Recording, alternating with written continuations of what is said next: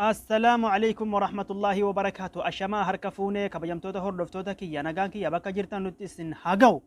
egaan kabajamtoota hordoftoota kiyya har'aa fayyadamtoonni WhatsApp kan addunyaarra argamtan kan afaan kiyya beektanuuf har'aa waan gaarii isinii qabadhee dhufe yaani akkaataa isin itti fayyadamtanu isinii qabadhee fi uumaa xiqqoodha inshallah waan gaariidha haa ta'u malee haga dhuma isaa gantaa keenyatti nu waliin turaa isiniin jecha har'aa kommentiilee sababa kommentii nam tokko tokkoo fi sababa hawaasa Oromoo bakka takka takkatti rakkoon jiruu fi namni gizee dhukkubsatee doktora bira deeme yaalamaa anis har'aa gara stuudiyoo kiyyaatti doktor qabadhee dhufe دكتور فيا يعني إبينا ما خيالو ربما هاتا أمالي دكتورة برا وقت أكتوتمي دكتورة برا أكما كنافو هاقد أما فيديو هنا تنوجين ترى إسنين جتا فيسبوك كيسان وقا فيدمتن فيسبوك ني فول جوالك كيسان يرتي صاحبني كيسان جاللين كيسان يرو توكو يعني هريان كيسان نمني سين كودين أسكتشو تركو وي جوالك كيسان فوله ستوري كيسان وان أداهدا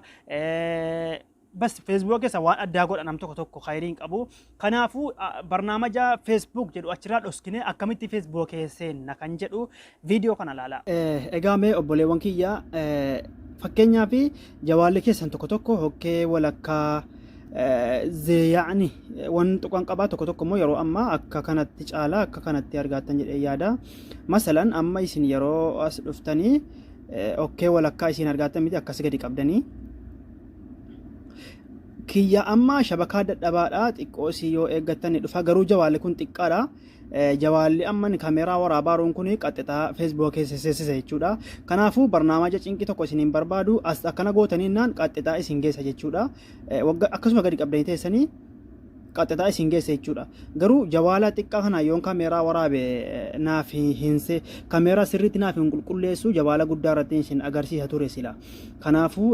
akkas gadi qabdanii yoo jettanii Facebook isinii fida qaxxitaa Facebook keessanii isiniin jedha mee gaafiif deebii keenya itti dabarfanna